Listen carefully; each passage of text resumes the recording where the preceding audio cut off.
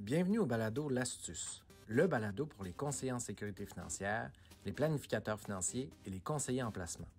Dans ce balado, nous recevons des experts qui touchent de près ou de loin l'industrie.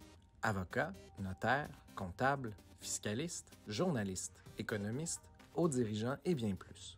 Bon balado! Bienvenue au balado. Aujourd'hui, en fait, je reçois, contrairement habituellement qu'on reçoit des gens qui sont spécialisés dans le domaine financier, plus au niveau expert, comme les planificateurs financiers, les fiscalistes, les avocats, aujourd'hui, je reçois plus un entrepreneur, mais de haut niveau, un entrepreneur de niveau calibre mondial. Il a d'ailleurs été nommé dans les 20 meilleurs entrepreneurs émergents. Son parcours est assez impressionnant. Je reçois aujourd'hui François Levasseur. François, bienvenue au balado. Bonjour, merci de l'invitation. Ceux qui ne savent pas, en fait, il faut que je le dise, c'est la deuxième fois qu'on tourne le balado parce que la première fois, on a eu un problème de son. Donc là, je pense qu'aujourd'hui, François, on va être meilleur que la dernière fois. François, vice-président Alliance mondiale et acquisition au sein d'Equisoft. Donc, bienvenue au balado. Depuis le début du balado, comme je dis, on reçoit plusieurs experts. Puis là, je me suis rendu compte en parlant à ces experts-là, à des hauts dirigeants des organisations, il y a beaucoup de gens qui te connaissent dans l'industrie de l'assurance, de l'investissement au Québec. Mais peut-être les gens qui vont distribuer des produits financiers, comme les planificateurs financiers, les conseillers, ceux qui écoutent le balado, probablement qui ne te connaissent pas nécessairement. Alors, j'aimerais ça qu'on commence avec, c'est qui François Levasseur? Oui, bien, dans le fond, j'ai commencé ma carrière à un jeune âge comme programmeur informatique. Donc, même avant d'avoir la majorité, j'ai mis en ligne des applications transactionnelles là, avant l'époque de Google et Facebook.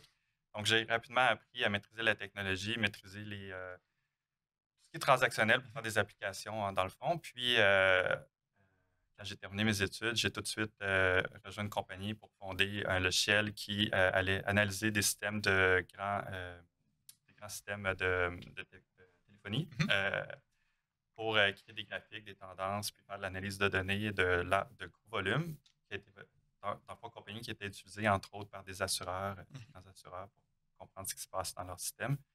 Puis en 2004, j'ai rejoint Chronos Technologies, qui était une société plus pour les PME. Puis on a décidé de créer un logiciel pour les planificateurs financiers. Donc, la vision initiale en 2004, c'était de développer un système de CRM pour que les conseillers puissent avoir à un seul endroit l'ensemble de leur information, donc avoir des connexions avec l'ensemble des back-office du marché, puis leur offrir des outils de conformité, des outils de vente pour faciliter leur travail.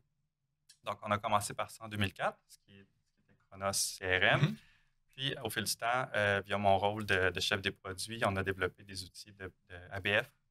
Donc, quand la conformité est devenue plus restrictive, on a développé une ABF pour les conseillers, développé des calculatrices financières comme calculatricefinancière.ca, des calculatrices pour l'IQPF. Donc, tout ce qui est nombre de projection d'hypothèses de l'IQPF, on a développé une version électronique avec des calculatrices qu'on peut retrouver sur leur site. Campus Finance pour les UFC, pour les conseillers. Donc, au fil de mes 15 ans, j'ai développé avec l'équipe environ 9 ou 10 logiciels pour les conseillers financiers particulièrement. Puis, en 2018, la décision a été prise de rejoindre Equisoft, qui est un groupe plus grand. Et de là, je me suis retrouvé là, de fil en aiguille au fil des acquisitions, puis de mes entreprises personnelles, mais aussi chez Equisoft, à avoir un rôle là, de faire de prendre la direction de notre stratégie d'acquisition et de partenariat national et international. Puis en 2004, quand tu es arrivé vers, avec la gang de Chronos et tout ça, qu'est-ce qui t'a amené vers là? Parce que tu n'étais pas quelqu'un nécessairement du champ des finances ou des assurances. Qu'est-ce qui t'a amené dans une opportunité? Oui, puis c'est un bon point. S'il y a des gens qui sont hors services financiers qui écoutent le podcast, écoutez-moi bien parce que c'est un danger. On tombe dans l'assurance souvent par accident et c'est impossible de s'en sortir. Ça a été mon cas. Dans le fond, à l'époque, en 2004, on voulait créer un système qui allait nous générer des revenus récurrents. Puis, il y avait un conseiller financier qui dit, ben moi, j'utilise différents logiciels de gestion clientèle, mais c'est des logiciels qui sont un peu de vieille technologie. Si vous développez quelque chose pour nous, ben, je suis prêt à vous payer un montant mensuel. On dit, voilà une opportunité. Donc, on s'est rendu compte qu'il y avait un besoin dans les services financiers. Fait que ça a été vraiment comme ça.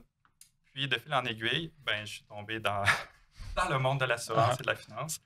Puis, aujourd'hui, après 20 ans, ben, je travaille encore dans ce monde-là. Puis, j'ai appris à aimer, apprécier et à comprendre aussi principalement le rôle du conseiller.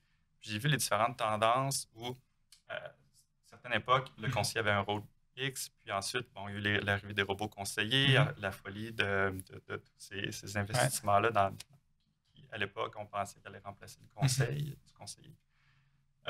Ensuite, les plateformes de distribution directe, ce qu'on appelle le direct to consumer. Donc, j'ai pu voir l'ensemble de ces cycles-là pour finalement revenir au cycle où la distribution et le conseiller est redevenu le point central des services financiers pour tout le monde. Ben oui, parce qu'on s'est rendu compte dans le temps, comme tu dis, que probablement dans la distribution pour un assureur, c'est ça qui coûte le plus cher, tout ce volet conseil-là.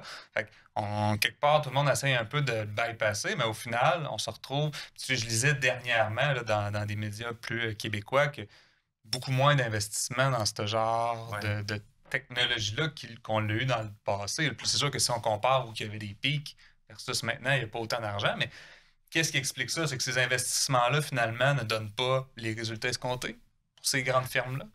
Bien, il y a deux choses, selon moi. Premièrement, il y a une volet mode où l'ensemble de l'industrie se dit, bon, les robots conseillers, c'est le futur, on va investir des dizaines, des centaines de millions. Puis, il y a une époque pas si lointaine où les liquidités, le lever des fonds était très facile. Donc, n'importe qui avec une idée en InsurTech ou en FinTech, donc dans le domaine de la finance, ou même de la RegTech, donc dans le domaine de la conformité, pouvait pratiquement, avec un PowerPoint de 3 pages, lever 10-15 millions de dollars de VC, de fonds de risque, de capitaux de risque. Fait que le volet où l'industrie croyait ou embarquait prématurément, je pense, dans des tendances, comme la vente directe, direct to consumer, on l'a vu récemment, puis le volet robot conseiller. En plus de ça, la disponibilité des capitaux a amené beaucoup d'argent et beaucoup de compagnies. Compagnies qui aujourd'hui, ça c'est vraiment intéressant que tu abordes ça parce que justement, hier, je regardais ça un petit peu, puis on a vu des investissements majeurs, beaucoup de nouvelles compagnies InsurTech qui venaient du monde des startups lancer des logiciels. L'argent se fait plus rare depuis 2022, donc il y a eu une correction boursière. Les fonds de capitaux de risque ont revu leur portefeuille et se sont dit tout ce qui est investissement qui ne produisent pas à la hauteur de ce qui était prévu, ils ont radié une bonne partie de leur fonds et de leur start-up. Ça donne qu'en assurance, malheureusement ou heureusement, les cycles de vente sont très, très longs. Donc, beaucoup de compagnies qui étaient financées dans le domaine de l'assurance et de la finance ont disparu ou sont sur le point de disparaître. Donc, parce qu'ils n'ont pas, dans le fond, les résultats escomptés, puis les investisseurs qui ne connaissent pas le monde de l'assurance deviennent un peu impatients.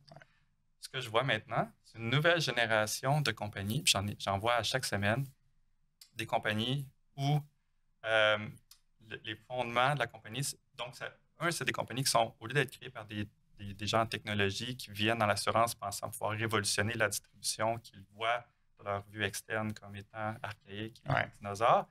Maintenant, les nouvelles compagnies, c'est des gens qui viennent de l'industrie, qui comprennent les cycles de vente très longs, qui sont patients, puis qui amènent des technologies qui ont vraiment une valeur ajoutée aux conseillers. Fait que je vois beaucoup de startups actuellement fondées par des conseillers ou des vétérans de l'industrie qui s'associent à des gens de la technologie pour développer des plateformes en français, j'ai de la misère à le dire, mais de onboarding, par exemple, pour aider les conseillers à embarquer des nouveaux clients, des compagnies qui viennent aider dans l'échange de documents sécurisés, dans les communications avec le client.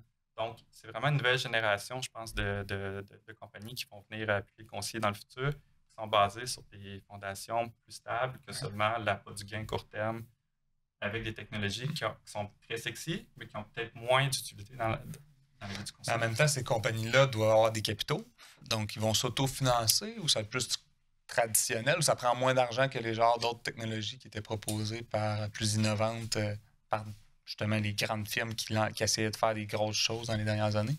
Bien, la différence, en fait, c'est que comme les capitaux sont moins disponibles, c'est plus difficile d'obtenir des fonds. Évidemment, quand tu as une bonne idée et une belle exécution, il y a toujours des fonds disponibles, mais c'est beaucoup autofinancé, ils ont un horizon plus long. Donc, par exemple, dans leur modèle de projection, au lieu de mettre en place, on va prendre 2 ans à développer la plateforme, puis en 3 ans pour aller chercher la rentabilité, bien, ils comprennent que ça va prendre 5, 6, 7 ans parce que l'industrie, les cycles de vente sont plus longs. La technologie est plus longue à mettre en place pour plein de raisons. Mais en fait, là, on parle de ça, mais on parle quasiment de ta job en soi. T'sais, si tu es capable d'autant parler de ça, c'est que tu connais ces entreprises-là. ton titre, c'est au niveau des acquisitions. Donc, j'imagine que quand on parle, parce que le conseiller connaît bien Equisoft comme un outil de planification de retraite, mais quand que je parle avec toi, finalement, on se rend compte que dans probablement tout le revenu que cette entreprise-là génère, c'est une petite pointe, là, le logiciel de retraite ou le CRM. En fait, il y a d'autres choses là, qui se fait chez Equisoft. Tout à fait. Donc, si je parle d'Equisoft, un petit peu, faire un survol. Ouais. Premièrement, c'est une compagnie 100% canadienne, Ouais. donc c'est une grande fierté. On a une envergure mondiale. Donc, le Canada est un marché important pour nous, mais on est présent aux États-Unis, qui est notre marché principal. On est les Caraïbes, je pense qu'on détient 80% des parts de marché. On est au Mexique, en Colombie, on a un bureau au Chili, Afrique du Sud, Australie maintenant. Puis en Angleterre, on a plus de 200 institutions financières qui font affaire avec nous. 200, c'est beaucoup. Donc, la compagnie a été fondée il y a 30 ans par Luis Romero, qui est le fondateur. Puis, on est rendu, je pense, à quelques embauches près de dépasser le 1000 employés. Ce qu'on fait, évidemment, les conseillers, les conseillères connaissent probablement les outils conseillers. Ouais. Donc, CRM, gestion clientèle, planification financière, gestion de portefeuille, allocation d'actifs. On vient de faire l'acquisition de LifeGuide, qui est un logiciel de comparaison de produits d'assurance et de projection. Du côté des assureurs, notre spécialité, c'est les outils de back-office de gestion de police, d'assurance individuelle. On greffe à ça les outils d'illustration, de proposition électronique, portail. Parce que c'est pas tous les assureurs qui font leur propre logiciel. Non. Il y en a quelques-uns, mais pas tous. Puis, il y en a plusieurs. Puis on parle des gros assureurs, donc dans le top 5 au Canada et aux États-Unis et ailleurs, qui utilisent nos outils, mais les conseillers l'utilisent à chaque jour, mais ne le savent pas. Ouais. Parce que nous, on est plus derrière à offrir le framework. Mais c'est nos outils qui sont utilisés. Je pense que j'estimerais que pour la majorité des polices d'assurance individuelle vendues au Canada, il y a au moins un de nos logiciels dans la chaîne qui touche de loin, quelque part. On veut aller chercher 100%. Ça, c'est du côté des assureurs. Du côté des distributeurs, on a une plateforme de gestion de back-office qui est utilisée beaucoup par les comptes nationaux, donc les banques qui distribuent de l'assurance, et beaucoup d'MGA. Donc, ça gère les commissions, les propositions, etc., la conformité, les permis. Puis, du côté de l'Angleterre, on a des systèmes de back-office qui permettent de faire les transferts de fonds entre un gestionnaire de fonds de pension à un autre. On a aussi un système de dashboard, pension dashboard qu'on appelle. Donc, le régulateur en Angleterre qui est en avance sur nous, au moins 5 ans en avance, oblige tous les gestionnaires de portefeuille ou les cabinets de fonds, dans une planification financière, d'afficher la valeur actuarielle de tous les régimes de pension du client, peu importe où il est. Donc, nous, on se connecte, on est un peu le courroie de transmission qui va afficher la valeur actualisée de tous les systèmes de pension d'un client dans une planification financière. Puis, on a également un système où on récupère 70% des transactions de fonds pour faire une conformité d'analyse financière. Donc, chaque fois qu'un fonds est vendu ou transféré ou acheté par un client, ça rentre dans nos systèmes pour des fins d'analyse. C'est utilisé par les manufacturiers de fonds. Donc, tout ça pour dire que Equisoft, je pense que c'est l'entreprise canadienne qui a une plus forte exposition internationale. Puis on joue contre... on est dans les gros marchés contre des joueurs internationaux de centaines de milliers d'employés. Donc, on fait notre marque tranquillement, mais sûrement. Puis, tu as parlé tantôt, là, parce que ce qui va peut-être toucher un peu plus le conseiller, on a entendu LifeGuide quand tu as dit l'acquisition. Les LifeGuide, on parle du logiciel, du vieux logiciel, ou que probablement 3 conseillers sur 4 utilisent quand même, en fait. Puis qu'à chaque fois qu'on ouvrait ce logiciel-là, on pouvait se demander, il n'y a pas d'argent qui est investi dans ce logiciel-là, ça paraît. Puis des fois, je me disais, comment que ça fait... Comment cette personne-là qui gère LifeGuide peut générer un bénéfice là-dedans? Là, c'est quoi l'intérêt d'Equisoft de faire cette acquisition-là? Je suis curieux de voir comment que ça va être intégré.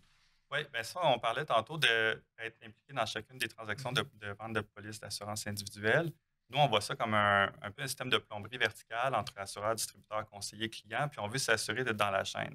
Évidemment, LifeGuide a un rôle clé pour offrir un produit, le meilleur produit aux clients.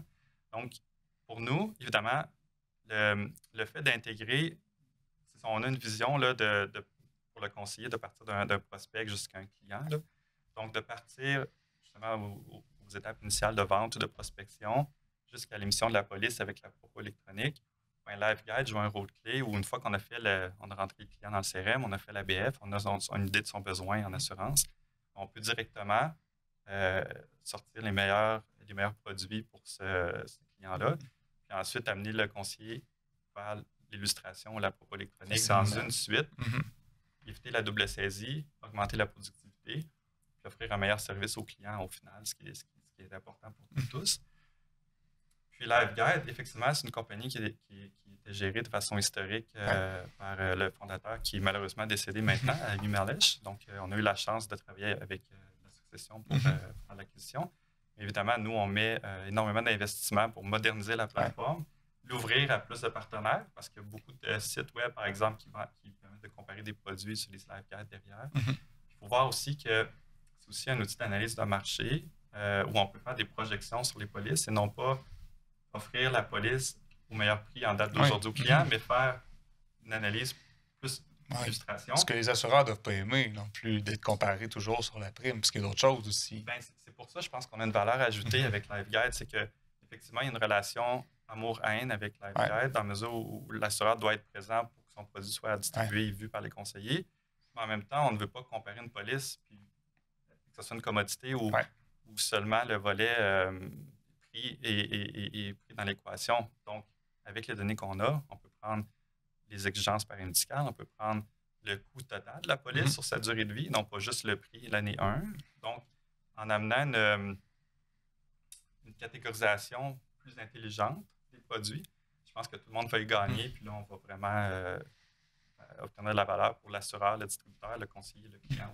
Est-ce qu'il y a, parce que tu sais, on entend beaucoup parler actuellement de l'intelligence artificielle, dans ce genre de merge-là, de LiveGuide, y a-t-il une intelligence artificielle en arrière de ça? Moi, je suis un peu néophyte de l'intelligence artificielle. Je connais ChatGPT, mais à quel point Equisoft utilise l'intelligence artificielle? Puis là, peut-être pas dans toutes les applications qu'on voit pas, mais les applications pour le conseiller.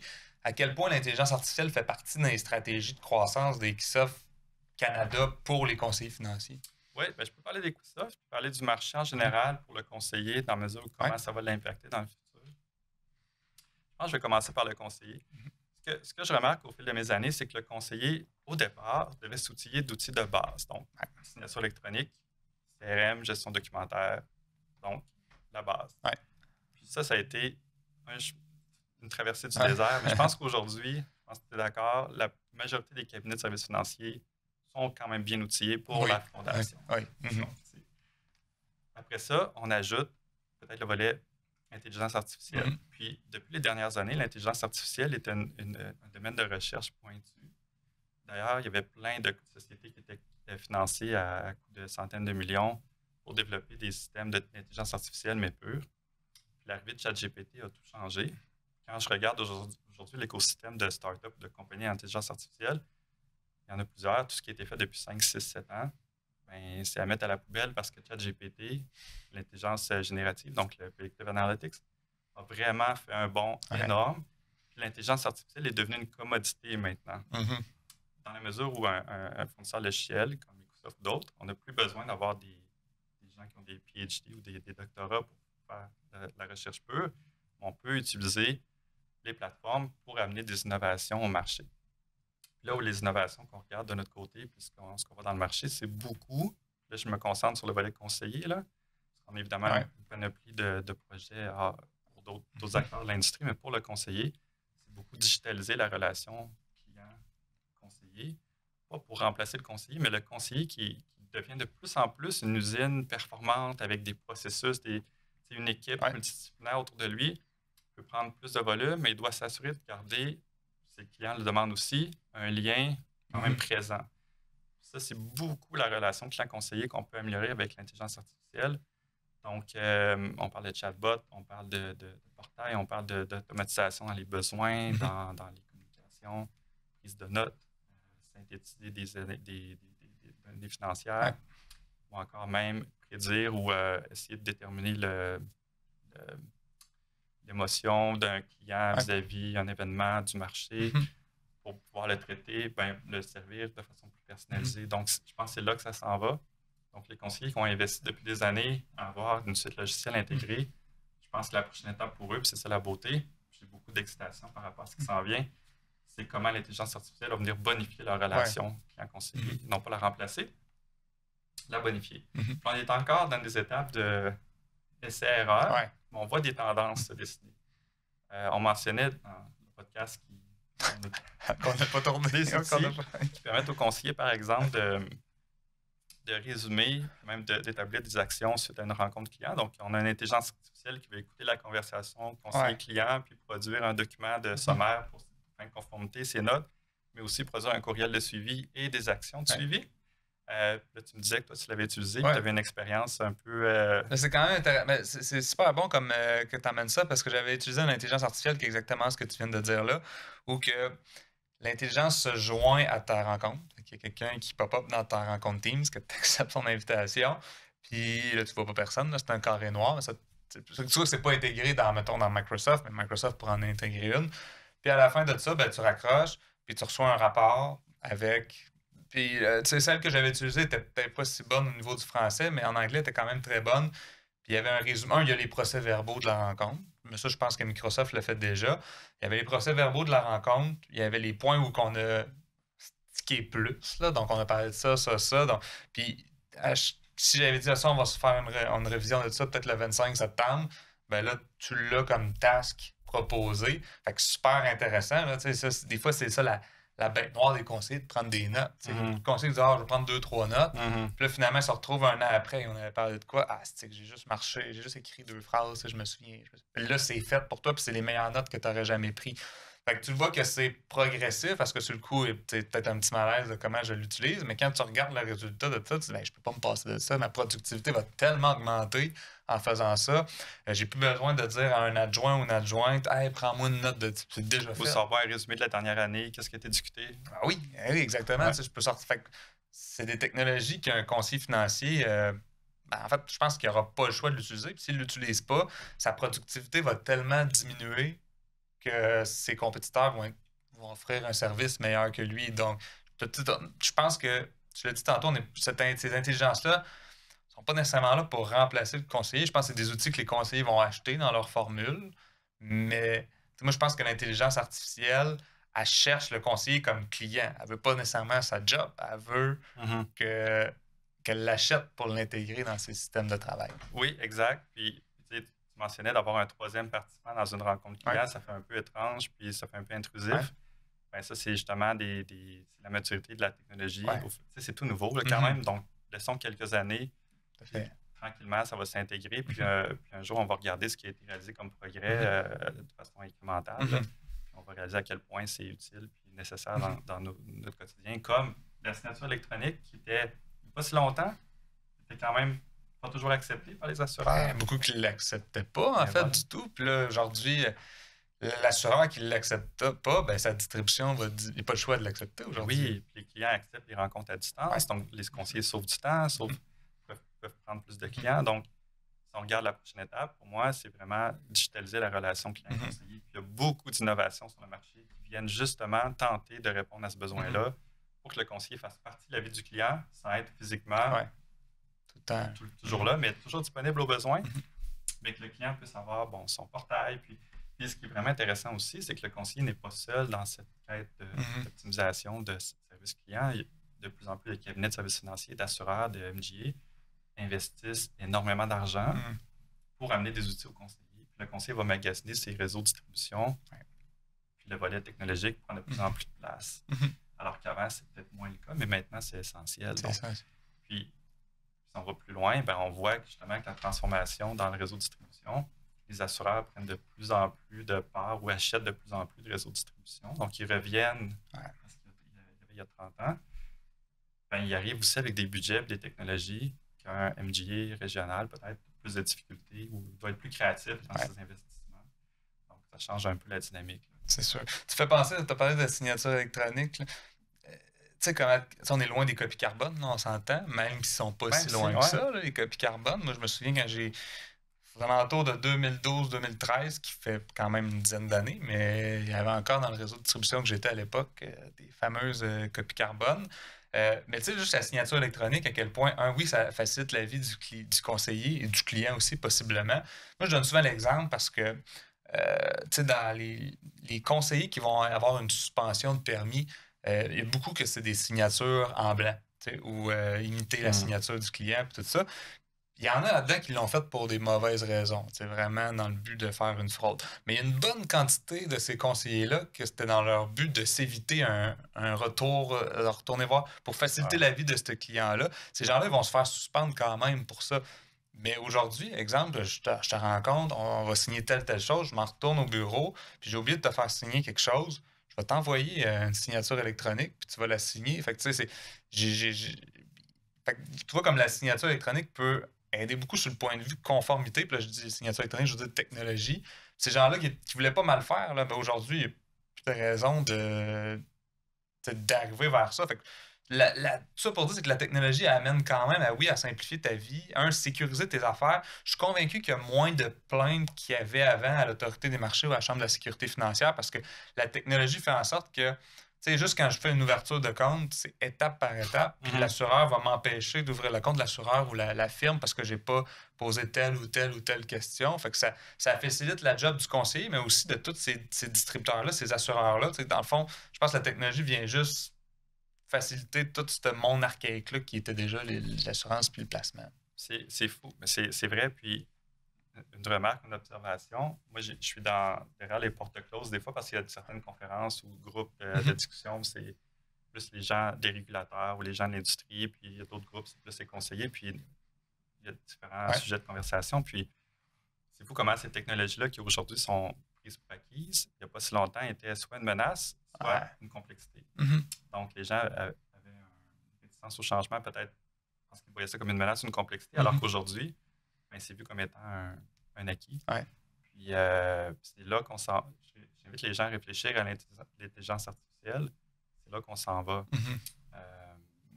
Puis heureusement, le rôle du conseiller probablement n'est pas menacé, alors que j'ai d'autres types de professions en tête où déjà je vois, OK, on va avoir de sérieux problèmes dans le futur pour certains types de professionnels. Là. Moi, je dis que le conseiller n'est pas menacé, sauf si tu es un conseiller qui fait beaucoup de passifs avec tes clients, ça veut dire que tu fais des prélèvements automatisés avec ton client, puis tu le vois jamais, ben clairement, quelque part, il y a une intelligence qui va te remplacer, parce que lui, il ne donnera pas plus de conseils que toi, mais il va t'envoyer dans une plateforme de fonds négociés en bourse où il n'y a presque pas de frais. Donc, si tu n'arrives pas à justifier le frais que tu as à ton client via des conseils, ben là, je pense que en fait, ça l'a toujours été, sauf que là, ça va être plus... parce qu'avant, si je voulais acheter un fonds, ça me prenait un conseiller. Aujourd'hui, via des plateformes de courtage à escompte, je suis capable d'acheter pas mal tout ce que je veux. C'est un modèle d'affaires. Exact, c'est un modèle d'affaires. Il y a des conseillers qui prennent ce modèle d'affaires-là puis qui investissent énormément dans l'automatisation pour aller chercher du volume puis des commissions de récurrence. Puis c'est leur modèle d'affaires. C'est très bien. Ces clients-là ont besoin d'être minimalement gérés aussi. Mais effectivement, un conseiller qui a plus une vision clientèle, service avec l'ensemble des planifications, bien, effectivement, lui, ça va devenir une technologie qui va augmenter ses capacités ou sa productivité plutôt qu'une menace. Mais tu as raison, il y a différents modèles d'affaires. Mais dans chacun des modèles d'affaires, l'intelligence artificielle va venir profondément impacter dans le fond. Ben, ça amène au prochain point sur l'évolution de toutes les MGA puis leur rôle qu'ils ont auprès des conseillers. Parce que justement, toute cette innovation-là, toi, comment tu vois l'évolution de la distribution dans les... Tu sais, des fois, on dit dans 10 ans, des fois, on se rend compte que ça explose à 6 mois. Tu sais, ChatGPT, c'est mettons début 2023 qu'on a vu rentrer ChatGPT. Puis en début 2023, il n'y a pas grand monde qui le connaissait. Aujourd'hui, tout le monde le connaît, puis limite, tout le monde utilise ça.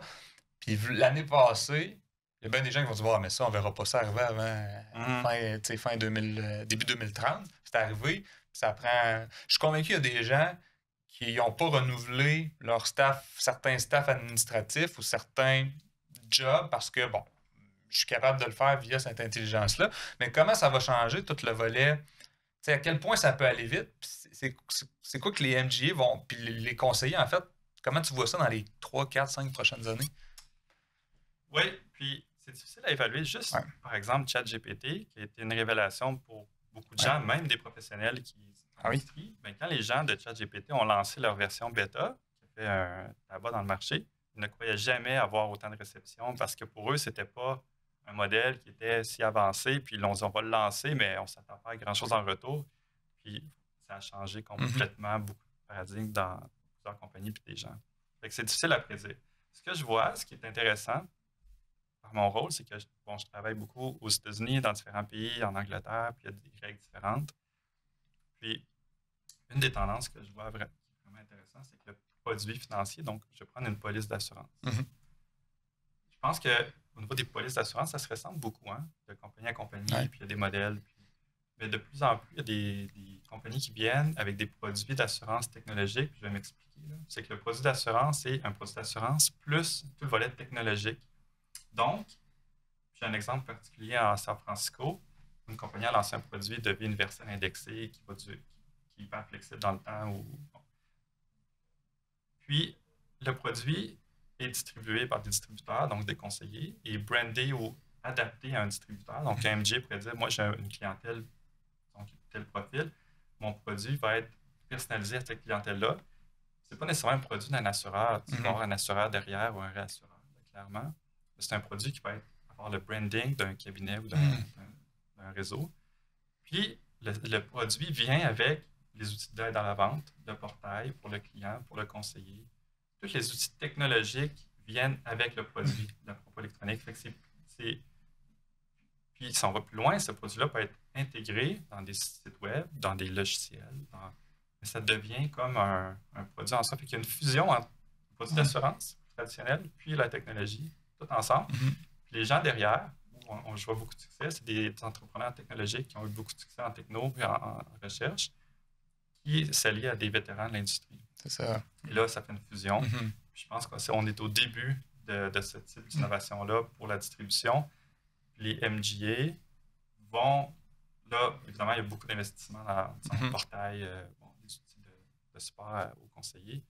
Mais le jour où ils vont arriver avec leurs propres produits, on voit déjà des balbutiements de ça, où certains produits de niche sont lancés via certaines. Donc, on essaie de bypasser l'assureur traditionnel. C'est qu'il y a un réassureur en arrière, ça prend un volume, puis ce cabinet-là va faire direct affaire avec le réassureur. Je ne dirais pas que l'assureur est remplacé. L'assureur fait partie de la chaîne. Ouais. Évidemment, peut-être certains pourraient être tentés de contourner l'assureur et aller au réassureur, mais l'assureur est beaucoup dans la chaîne, puis il y a beaucoup d'assureurs qui ont la vision de dire, nous, on offre des services, on devient comme une plateforme de services pour des distributeurs innovants ou des compagnies de logiciels qui vont bâtir des solutions sur notre framework de produits puis l'adapter pour leur marché.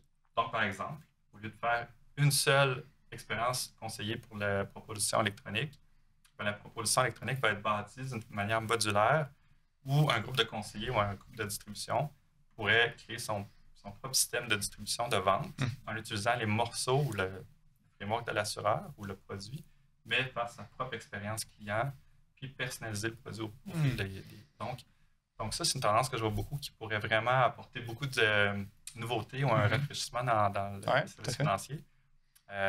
Donc, des produits plus innovants, plus diversifiés. Puis, c'est un sujet qu'on n'avait pas parlé la dernière fois. Toi, comment tu vois ça, les gros majeurs en technologie? Là, fait que je peux nommer Apple, tout ça. On l'a entendu dernièrement avec Apple, que je ne sais plus c'est quoi l'année, 2024 en 2026. Apple va tenter de mettre en place des produits d'assurance. Tesla l'a déjà fait aussi avec des produits d'assurance plus de dommages. Mais tu sais, je vois, je l'ai mon Apple Watch. Apple, à quelque part, elle connaît un peu mon niveau d'activité physique. Elle pourrait m'envoyer une proposition d'une assurance temporaire 20 ans pour. Et c'est probablement qu'est-ce que j'ai déjà comme type d'assurance. Tu vois ça comment, ça? Parce que c'est un joueur majeur qui va être difficile à déloger. Apple, c'est plus gros que les 5 plus gros assureurs ensemble au Canada. Donc, clairement, puis tu as raison de mentionner Tesla, il n'y a pas de raison quand tu achètes une voiture qui est connectée en temps réel, que la police d'assurance. Puis, effectivement, au niveau du dommage, probablement que ça va arriver plus vite qu'en assurance de personne. Puis, tu as raison de dire que certaines compagnies comme Apple ont tellement de données qu'ils peuvent probablement créer des produits dynamiques là, qui vont aller chercher une masse, un volume. Mon questionnement, c'est qu'ils ont tellement de choses à faire. Il y a tellement, à quel point ils vont vouloir se rendre là. Puis, les services bancaires sont impactés, les services d'assurance. Il y a plein de pans de l'industrie financière en général qui peuvent être impactés. Je ne connais pas le futur, mais ça fait longtemps qu'on en parle. Je pense que ça va être difficile de se rendre jusque-là pour eux, mais certainement qu'ils ont les outils pour le faire. Maintenant, il y a différentes choses comme les régulateurs vont peut-être intervenir, puis il y a différentes choses qui vont arriver, là, mais clairement, là, c'est une menace peut-être à moyen long terme, mais en même temps, il y a tellement de place pour l'innovation dans d'autres secteurs d'activité.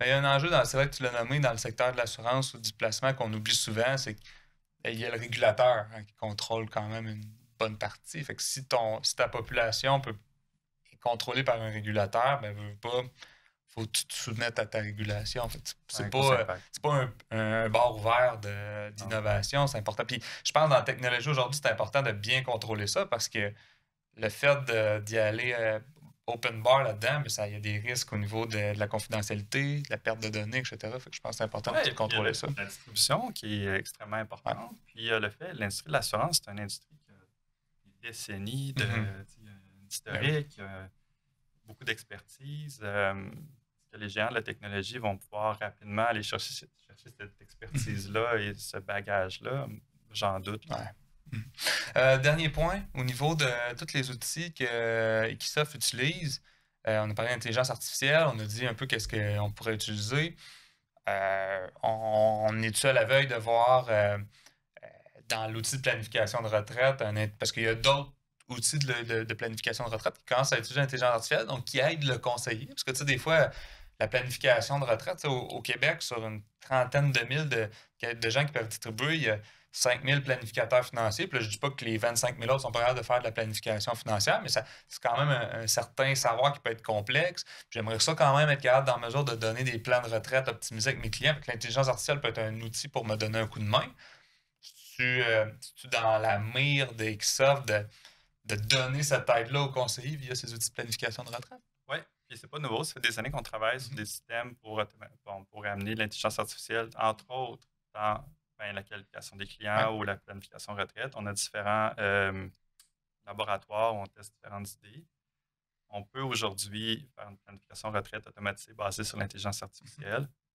Le problème qu'on voit quand on l'a testé avec certains clients, c'est le fait de boîte noire où la planification financière sort un résultat, une stratégie de décaissement ou le conseiller, il peut le présenter à son client, mais est-ce qu'il a confiance à ce que la boîte noire a fait? Puis c'est un défi d'ailleurs en intelligence artificielle là, qui est généralisé. Puis je donne un exemple, je reviens à la planification financière. Il y a une intelligence artificielle, entre autres, qui ont développé un langage pour se parler entre eux. Puis les scientifiques qui ont entraîné l'intelligence artificielle ne sont pas capables de déchiffrer ou de comprendre comment le langage fonctionne entre les deux. Donc, ils se parlent un peu en secret. Là. C'est un peu ça l'effet de boîte noire dans la planification financière. Fait que le jour où le client va poser une question au conseiller, puis le conseiller va pouvoir expliquer la décision ou le calcul que l'intelligence a fait, là, je pense qu'on a quelque chose qui va fonctionner. Mais on a beaucoup de travail à faire au niveau d'ouvrir cette boîte noire. C'est pas que la technologie ne le fait pas, c'est que si on le met dans les mains des conseillers, il va y avoir ce problème-là qui est la prochaine étape pour nous. Donc, on a 5 ou 6 projets d'innovation au niveau des outils conseillers. Puis, clairement, la planification financière, on est vraiment rendu à une étape plus avancée. Là, c'est le volet humain qu'on doit régler. Oui, puis il ne faut pas oublier que le conseiller, il faut qu'il comprenne un peu ce que l'intelligence fait parce que veut pas, c'est lui qui va le présenter. Donc, encore là, légalement, je ne sais pas qui est imputable entre les deux. Si tu l'affirmes que c'est ça, je pense que ça va être encore à développer. Mais si c'est moi qui ai présenté la stratégie, en même temps, il faut que je la comprenne. Sinon, parce que l'intelligence artificielle, en tout cas, pour moi, elle n'a pas toujours raison. Parce que des fois, j'ai fait la dernière fois, j'ai pris un examen, j'ai fait un test, en fait, puis j'ai pris un quiz que l'UQPF fait sur un petit cours, puis là, à la fin, il y a un quiz à faire. Fait que je fais remplir ChatGPT le quiz. 60 sur 100 que le chiel a eu. J'ai donné le texte de lecture avant, donc 60, fait que évidemment, c'est pas parfait. Puis même parfois, je vais lui proposer des trucs, il va me donner un Excel à faire. Non, tu as fait une erreur. Ah oui, pardon, là, il va le corriger. Mais il a fallu que je le challenge. Donc, si j'ai pris la première solution qu'il m'a donnée, peut-être que je suis en erreur. Fait à moi aussi de continuer à entretenir mes ménages parce que si je me fie 100% à ça, c'est pas parfait encore l'intelligence artificielle. Non, 2 choses. 1, tu dois l'entraîner. Parce qu'évidemment, il peut y avoir un biais si jamais les planificateurs financiers ont différentes philosophies. Des fois, entre autres pour le décaissement ou le remplacement du coût de vie, il y a différentes méthodes. Il faut l'entraîner pour que ça soit personnalisé à toi comme planificateur financier. Puis 2, c'est challenger le résultat toujours, parce que dans n'importe quel domaine, si on prend pour du cash tout ce que l'intelligence artificielle nous donne, là, on a un problème. Puis il faut avoir faut s'assurer que ça soit là comme toi tu le fais, mais il faut que tous les planificateurs financiers qui pourraient utiliser ces outils-là, aussi puissants soient-ils, soient toujours alertes et challenge le résultat. Tu as raison. François Levasseur, je voudrais te remercier d'être venu au balado. Ça fait 40 minutes qu'on discute là-dessus. Je pense que c'est un des balados les plus longs, mais je pense que j'aurais pris un autre 40 minutes. Mais je tiens à te remercier de ta présence aujourd'hui. Merci beaucoup. Ça a passé comme très rapidement. Donc... Merci, j'apprécie. En terminant, je tiens à vous remercier d'avoir visionné le balado. Si vous avez aimé le balado, abonnez-vous au balado, que ce soit sur Apple Podcasts, sur Spotify ou sur YouTube. Vous pouvez vous abonner. Vous pouvez également vous abonner sur Facebook à la page L'Astuce par JL Jutra. Là-dedans, on met beaucoup de contenu pour les conseillers financiers. Donc là-dessus, je vous remercie beaucoup d'avoir été là et à un prochain balado.